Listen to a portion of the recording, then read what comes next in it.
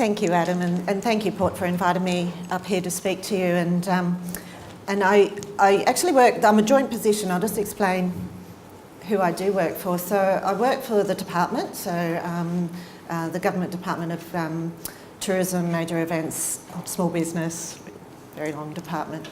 And I also look after cruise shipping from the tourism perspective for Tourism Events Queensland. So we work in partnership with Townsville Enterprise and the Port very closely to make sure that we're developing this sector to optimise the economic impacts of it. So I'm based in Brisbane.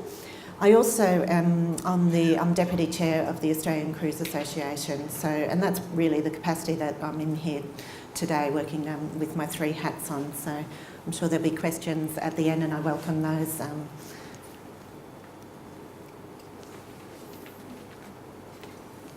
I put up this slide first. No, I think it is my first slide, isn't it? Yes. I put up this first slide because I think it shows you the big region that we live in as far as a cruise line perspective. All of those dots represent a destination that a cruise line comes to. So we were talking about, why are they going to Cairns as far as volume at the moment compared to Townsville? Well, there's a lot of choice out there, and it's hard to penetrate this market and get them to come to our region. But the foundation work to try and get that done has been done over the last years, and with the long lead-in time, the work that the Port has done and the work that the Townsville Enterprise have done in that area is coming to fruition now with the volume of bookings that are coming through. I love this slide. I love talking to this slide when I have the aviation team in the room, because I think it just represents the value that of people that wouldn't come to our region that are coming because of the access mode that we provide to them. I'm going to talk about some of the economic benefits to Australia, and then I'm going to drill down to what it's worth to Queensland and the region. I'm also going to talk to some of the trends that are out there, and also some forecasting. So I will get into the size of the ships and who's coming and why they're coming to us. But let's just talk about, is this bubble going to burst? It's been growing exponentially for many years, and the Australian Cruise Association have just done a study that shows us that it isn't going to burst. It is going to continue growing at a rate of about 14 to 18%. There's expected to be 2 million Australians cruising by the year 2020. Now, that figure was first put out by, maybe it was 2012, 2013 by Anne Sherry. She said there would be 1 million passengers cruising by 2020. Well, that happened. It happened last year or the year before. So it's growing exponentially, and we have one of the greatest penetration rates in the world. So Australia's a big cruising nation. I think our penetration at the moment is about 5.8% of our population go for a cruise. So more of us are cruising than the Americans when you put it in that sort of perspective. There's currently 460 ocean-going cruise ships out there, and I'm going to talk to a few slides in. I'm going to talk about the order books, so what's actually on the order books for the growth going forward.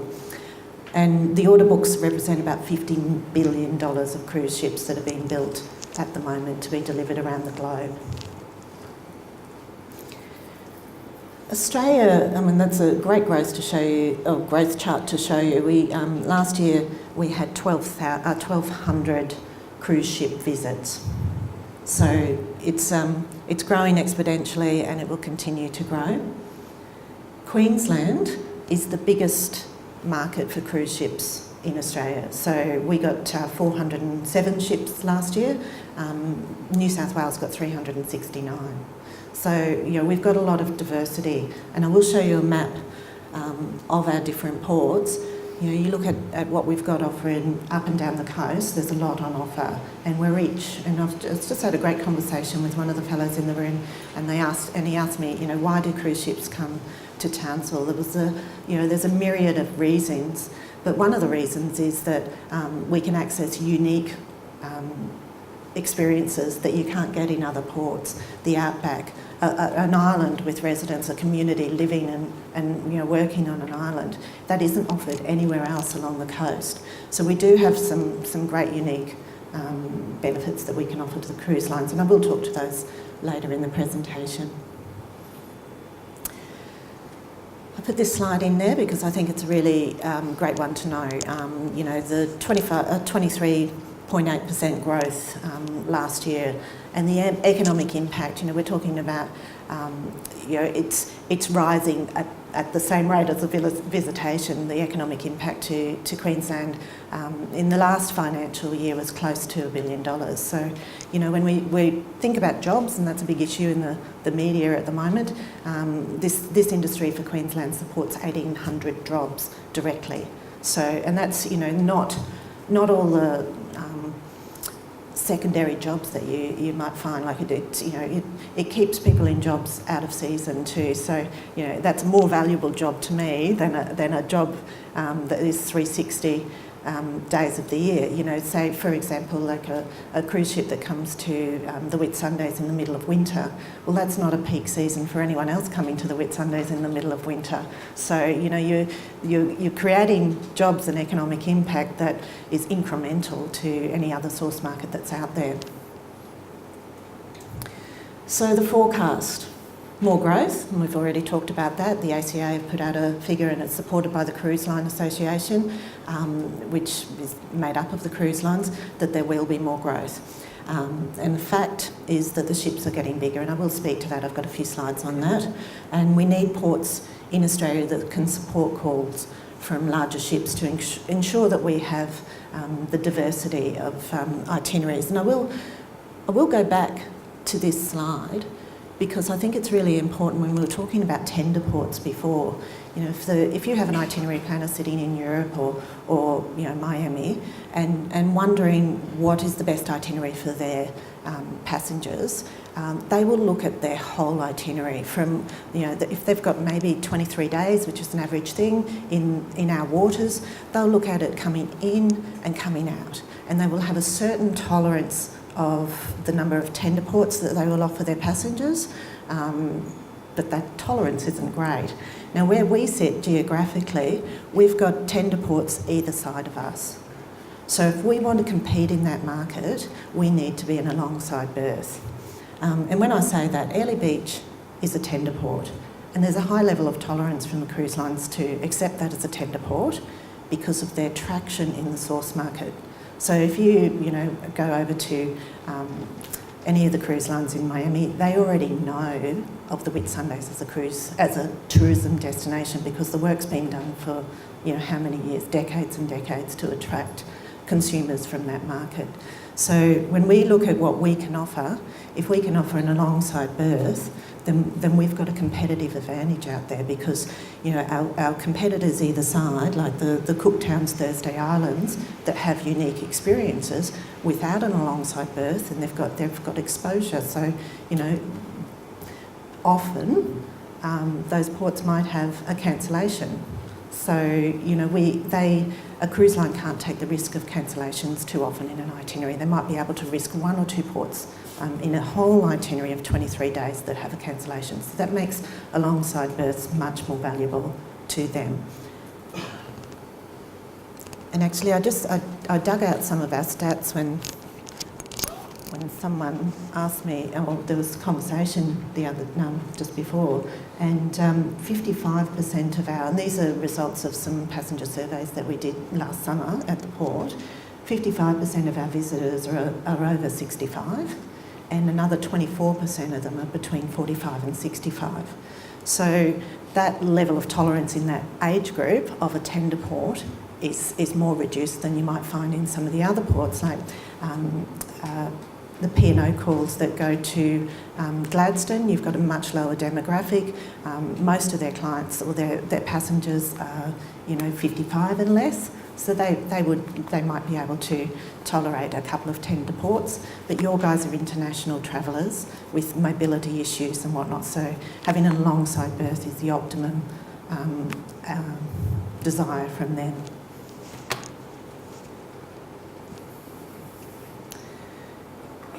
So going back to this slide, there's growth globally, and I will hurry through this because I want to get to the ship sizes, and it's expected to increase by 1 million passengers a year over the next 10 years. So it's pretty exciting. There's great deployment to our region. So as the new builds come through, those itinerary planners are looking, and deployment guys are looking at sending them our way. And there's a great deal of influence about what's happening in the Asian market, and I think that there's potential there. It's not yet. We're not getting them yet, but there's, in the next 10 years, in the likes of Anne Sherry, who is the CEO of Carnival Australia, she talks about the Asian market blooming so much that we'll be getting passengers there in the next 6 to 8 years. So let's have a look at the order books. So there were 10 new ships last year that were christened, and there's 75 new ships that will be christened and in the waters by 2023. But the thing, and I've got the yearly growth on the order books there, but it's actually the chart that I think is the most interesting thing, because you'll see there that there's quite distinct size of ships that are actually being built in the shipyards for cruise, ocean cruising. There's the less than 1,000 packs, which we call an expedition size ships, and their motivation, they're often European, their motivation is either an eco-tourism experience, a give-back experience. They're very low impact type cruises. They want to arrive in a destination and actually be hands-on. And now, some of the experiences that we see that we currently offer that sort of passenger is the Turtle Rehabilitation Centre over at the aquarium. They love that sort of stuff. They love to know that they've left a mark that's a good mark in there when they've had a visit, and they will pay. They're happy to pay a high price for that privilege. I will come back to that previous slide, but I'm going to this slide because I think it really shows the difference in the new builds that are coming out to what's actually in the market now. So if we look at the right-hand graph there, on the order book is the orange dots. You'll see plenty of ships on order that are 1,000 passengers, and then plenty on order that are big. Nothing in between. Now at the moment that market is what we've got, is the in-between market. So, if we're going to project how we're going to be involved in the future, we need to consider what has actually been out there and being built, and they're being built because of consumer demand. The cruise lines are very commercial. They only build ships that they know they will fill because they understand their consumer very well. And I'll go back to this slide. Which shows in the foreground there is the old Pacific Star, which have now been decommissioned. They might be floating around somewhere in the world, but and behind it is the Ovation of the Sea. So, and if you see the size of that compared to the Opera House, it's and that's in the Caribbean. That's the new standard norm, is that size ships with 5,000 passengers on there. Now, whether we get those is, we don't have the infrastructure to accommodate that sort of stuff. But those mid-range ships, those ones that are bigger and the 2,000 passenger, 3,000 passenger ships that have been built, they're the ones that Australia can accommodate, and we will probably more likely get the off-cast ones from the Caribbean. So what are our opportunities, and why is Townsville and Magnetic Island uniquely placed? I think because we provide the alongside berth. It provides the optimum passenger experience and the optimum maritime experience. And, tender rides aren't great. You can sell them any way you like and say, it's a nice view and a great, but they're not great for a passenger. To be able to get off and be welcomed by a volunteer and get straight onto your bus and start going and doing why you came, which is to go out and see the destinations and start spending money in our regions, that's what a passenger wants. We're all like that. So a tender ride sits in the road of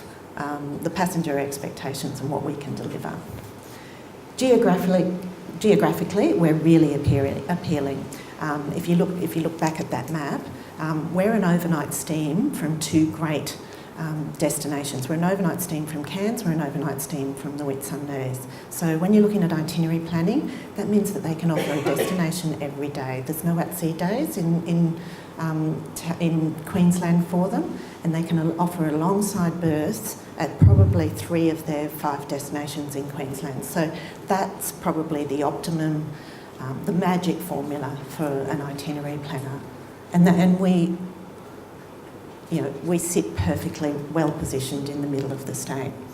I've said before, we offer the great boutique experiences for the small ships. We can handle the larger ships as far as being a tourism destination. We have the capacity in buses and roads and experiences, and we've got the unique and diverse experiences. So I think, I mentioned the fact that it's the only place in Australia that a cruise passenger can access the outback. It's the only place that there's an island at their doorstep. So we are well placed, and there's a lot of interest. Why has it taken so long to grow? This thing takes a long time to grow. There's been a lot of work over the last few years, and we're starting to see that coming to fruition with the 21 bookings next year. So, it's exciting times, and I think that we're well placed if we can serve the market well.